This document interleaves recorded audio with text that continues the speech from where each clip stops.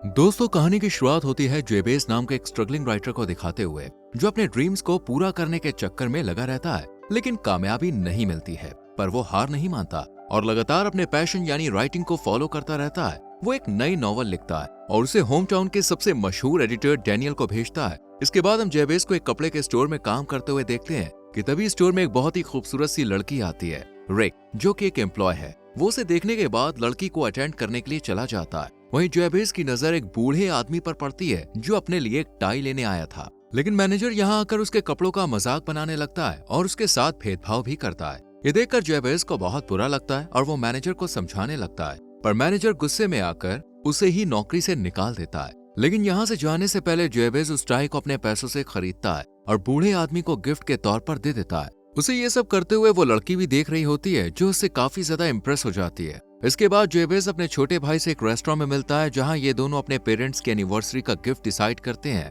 जेबेस का भाई उससे कहता है कि मैं हमारे पेरेंट्स को वर्ल्ड टूर पर भेजने वाला हूँ। इसके लिए उसे जेबेस के पैसों की जरूरत नहीं है, पर वो भी इस गिफ्ट में अपना कुछ कंट्रीब्यूशन देना चाहता था। इसलिए वो जोश में आकर एक बहुत बड़े अमाउंट का चेक लिखकर अपने भाई को दे देता है। अगले दिन जेबेस डैनियल के ऑफिस में जाता है, जहां डैनियल रॉबर्ट नाम के एक राइटर का इंतजार कर रहा था। जेबेस इस बात का फायदा उठाकर खुद रॉबर्ट बनने का नाटक करता है, लेकिन जल्द ही डैनियल को उसकी हकीकत पता चल जाती है। इसलिए वो जेबेस को तुरंत ऑफिस से बाहर निकलने के लिए कहता है, लेकिन जेबेस किसी तरह उसे एक चांस देने के लिए मना लेता है। जिसके बाद डैनियल उसे अपने रूम में ले जाता है और उसे बताता है कि मैंने तुम्हारी नॉवल पढ़ी थी, लेकिन वो मुझे खास पसंद नहीं आई। ये सुनकर जेबेस उससे कहता है कि वो अब एक और बुक लिख रहा है जो पहली वाली से बेहतर है। वो डैनियल के साथ इस बुक के बारे में डिस्कस करना चाहता था, लेकिन वो उसकी बातों को ज्यादा सीरियसली नहीं लेता। तभी जेबेस की नजर ऑफिस में लगी एक टेल पर जाती है, जो उसे काफी अट्रैक्ट करती है। शाम को जब वो अपने दोस्तों से मिलता है तो उसे पता चलता है कि उसके दोस्त जूलियस की बुक पब्लिश होने वाली है। साथ ही उसे 3 और बुक का कॉन्ट्रैक्ट भी मिल गया है। ये जानकर जेबेस को थोड़ा बुरा लगता है। वो अभी इस सदमे से बाहर नहीं आया था कि तभी उसे एक और बात पता चलती है। दरअसल उसके भाई ने चेक को कैश करा लिया था, जिस वजह से अब जेबेस के पास एक भी पैसा नहीं बचा था। यही सोचते हुए वो पैदल ही अपने घर की तरफ चल देता है कि तभी कुछ गुंडे उस पर अटैक कर देते हैं, जो ना सिर्फ उसे बुरी तरह से मारते हैं बल्कि उसका लैपटॉप भी छीन लेते हैं, जिसमें जेबेस ने अपनी बुक लिख रखी थी। घर आने के बाद वो अपने आप को शीशे में देखकर कहता है कि अगर इस जिंदगी को बदलने के लिए उसे अपनी सोल तक बेचनी पड़े, तभी वो उसे खुशी खुशी बेच देगा। हालांकि उसे ये नहीं पता होता कि उसके अल्फाजों ने इविल फोर्सेस को अट्रैक्ट कर लिया है। इसके बाद वो अपना टाइपराइटर निकालता है और उस पर $190,000 टाइप करता है। अचानक टाइपराइटर बंद हो जाता है। ये देखकर जेबेस अपना सारा गुस्सा इस पर निकाल देता है और इसे उठाकर खिड़की से बाहर फेंक देता है, जो एक ओल्ड लेडी के सर पर पड़ता है, जिस वजह से उसकी डेथ हो जाती है। ये देखकर जेबेस बहुत घबरा जाता है और इतने में ही दरवाजे पर दस्तक होती है। उसे लगता है कि शायद पुलिस उसे पकड़ने के लिए आ गई है, लेकिन जब वो दरवाजा खोलकर देखता है तो वहाँ वही लड़की खड़ी होती है जो उसे स्टोर में मिली थी। वो घर के अंदर आ जाती है और पुलिस के आते ही जेबेस को अलमारी में छुपा देती है और खुद पुलिस को हैंडल करती है। जैसी पुलिस यहाँ से चली जाती है, वो लड़की उसे बाहर आने के लिए कह देती है, जिसके बाद जेबेस उससे पूछता है कि आखिर वो कौन है। इस पर वो उसे कहती है कि तुमने ही तो मुझे बुलाया है, और फिर वो अपने आप को डेविल बताती है। साथ ही उसकी आत्मा के बदले उसके सामने एक डील पेश करती है। डेविल उससे पूछती है कि तुम्हें किस चीज की सबसे ज्यादा चाहत है, तरक्की, इज्जत या तारीफ। ये सुनकर जेबेस एक राइटर के तौर पर सफलता की ख्वाहिश करता है, पर डेविल उसे पॉपुलैरिटी और पैसा चुनने को कहती है। लेकिन जेबेस सफलता ही चुनता है, पर उसे अब भी डेविल की बातों पर यकीन नहीं हो रहा था। इसलिए वो उसे खिड़की से बाहर देखने के लिए कहती है, और जब जेबेस बाहर का नजारा देखता है तो एकदम हैरान रह जाता है, क्योंकि वो ओल्ड लेडी जिंदा हो गई थी और ये डेविल ने किया था ताकि जेबेस को उसकी पावर्स का पता चल सके। इसके बाद वो उसे डील कर लेता है। कॉन्ट्रैक्ट पक्का करने के लिए डेविल उसे किस करती है और दोनों यहीं इंटीमेट हो जाते हैं। जब सुबह जेबेस की आंख खुलती है तो वो डेविल की पीठ पर एक निशान देखता है, जिसे वो टच करने ही वाला होता है कि तभी डेविल उसे रोक देती है। इसके बाद वो डेविल से कहता है कि मुझे अंदाजा हो गया है कि कॉन्ट्रैक्ट काम कर रहा है, क्योंकि मैं अपनी लाइफ में तुम जैसी खूबसूरत लड़की को कभी भी डेट नहीं कर सकता था। साथ ही जब वो अपने कपड़े पहनता है तो उनमें से बहुत सारे पैसे भी निकलते हैं। ये देखकर जेबेस को अपनी आंखों पर यकीन नहीं होता। वहीं उसकी ये खुशी दुगनी तब हो जाती है जब उसे वेबस्टर बुक पब्लिशर हाउस की तरफ से एक लेटर मिलता है, जिसमें लिखा था कि उन्हें जेबेस की बुक बहुत पसंद आ गई है, इसलिए वो उससे मिलना चाहते हैं। जिसके बाद हम जेबेस को वेबस्टर बुक हाउस की तरफ जाते हुए देखते हैं, जहाँ रास्ते में सभी लेडीज उसकी तरफ काफी अट्रैक्ट होती है। वहीं बुक हाउस में भी उसका बहुत अच्छी तरह से वेलकम किया जाता है। उसकी लाइफ अब पूरी तरह से चेंज हो जाती है और लोग उसे पसंद करने लगते हैं। यहाँ तक कि जेबेस जो भी सोचता है वो पूरा हो जाता है। जैसे बुक का कॉन्ट्रैक्ट फाइनल होता है, वो एक बड़े से अपार्टमेंट में शिफ्ट हो जाता है और मजे से अपनी लाइफ जीने लगता है। शाम को जब जेबेस अपने दोस्तों से मिलता है तब उसे पता चलता है कि जूलियस पर अपनी नए बुक के कुछ पेजेस कॉपी करने का इल्जाम लगा है। इसलिए वेबस्टर हाउस उससे सभी कॉन्ट्रैक्ट वापस लेकर जेबेस को दे देते हैं। जिसके बाद जेबेस की बुक का नाम लॉस ऑफ फीलिंग पब्लिश किया जाता है और उसके लिए एक पार्टी रखी जाती है जहाँ डेविल भी आती है और वो उसे बताता है कि उसे अपनी ये नई जिंदगी बहुत अच्छी लग रही है, लेकिन वो जूलियस के लिए काफी बुरा फील करता है। इस पर डेविल उसे कहती है कि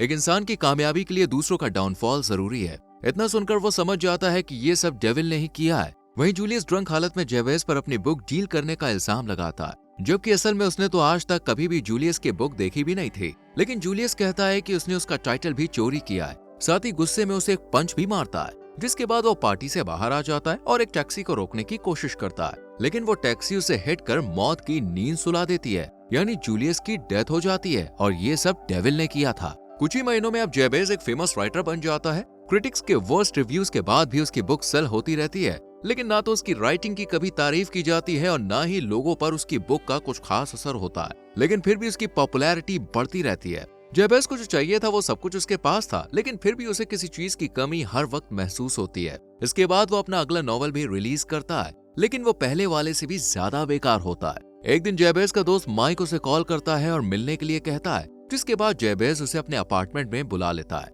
पर उससे मिलने से पहले वो एक बीच हाउस देखने जाता है जहाँ उसकी नजर डेविल पर पड़ती है, जो अकेली बीच पर टहल रही थी। वो भागकर उसके पास जाता है और उससे थोड़ा और वक्त मांगता है, क्योंकि वो अभी बहुत कुछ लिखना चाहता था। मगर अब टाइम ज्यादा नहीं बचा था, इसलिए डेविल भी उसे मना कर देती है और उसकी सोल थोड़े दिन बाद ले जाने के लिए कहती है। अगले दिन माइक जेबेस से मिलने के लिए उसके घर आता है कि तभी उसकी तबीयत खराब हो जाती है और वो टेबल पर ही वॉमिट कर देता है। ये देखकर जेबेस को गुस्सा आ जाता है और वो उसकी पूरी बात सुने बिना ही इंसल्ट करके उसे अपने घर से निकाल देता है। लेकिन उसके जाते ही जेबेस को बहुत बुरा लगता है। कुछ दिन बाद उसके पास उसकी फ्रेंड मॉली का कॉल आता है, जो उसे बताती है कि माइक की डेथ हो गई है। लेकिन आज जेबेस को एक अवार्ड सेरेमनी पर जाना था, इसलिए उसे अच्छी तरह पता होता है कि वो और उसकी राइटिंग ये अवार्ड डिजर्व नहीं करते हैं और ना ही कम्युनिटी उसे इस अवार्ड के काबिल समझती है। लेकिन फिर भी वो अवार्ड जीत जाता है और स्पीच में अपने दोस्त माइक का जिक्र करता है, जिसे उसने आज खो दिया है। साथ ही वो ये भी बताता है कि जब उसने राइटिंग करना शुरू किया था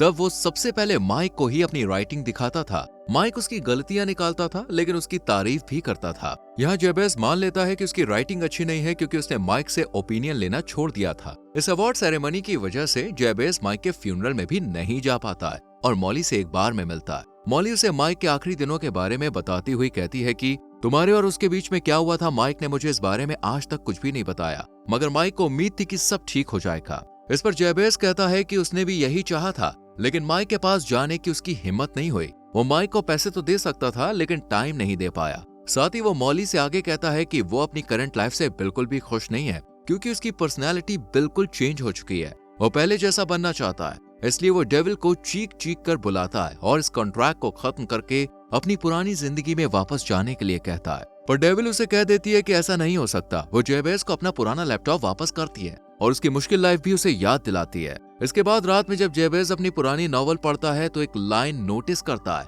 जिसमें लिखा था कि हैप्पीनेस का कोई शॉर्टकट नहीं है। इसके बाद वो डैनियल के पास जाता है और उससे अपने लिए थोड़ा वक्त मांगता है, ताकि वो उसकी एडवाइस ले सके, जिसके लिए डैनियल राजी हो जाता है और उसे अपने ऑफिस में ले आता है। जेबेस डैनियल को अपनी नॉवल पढ़ने के लिए कहता है, ताकि वो इसको पढ़कर जेबेस की राइटिंग को एनालाइज कर सके।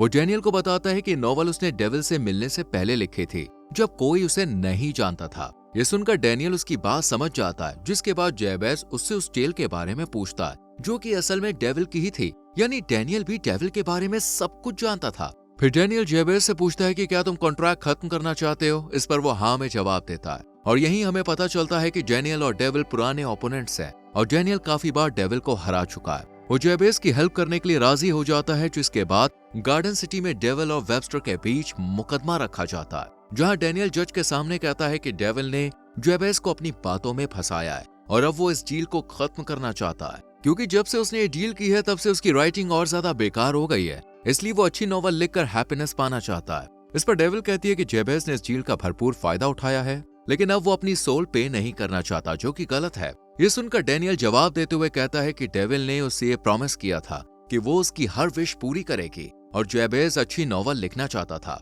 लेकिन डील के बाद उसने एक भी अच्छी नॉवल नहीं लिखी, यानी उसे वो नहीं मिला जो उसे चाहिए था। डैनियल का जवाब सुनकर जज काफी इंप्रेस होते हैं और जैबेज के हक में फैसला सुनाते हुए इस डील को खत्म कर देते हैं, जिसके बाद जैबेज अपनी पुरानी जिंदगी में वापस आ जाता है और इसी के साथ ये मूवी यहीं खत्म हो जाती है। दोस्तों, आपको ये मूवी एक्सप्लेनेशन कैसी लगी हमें कमेंट सेक्शन में जरूर बताएं।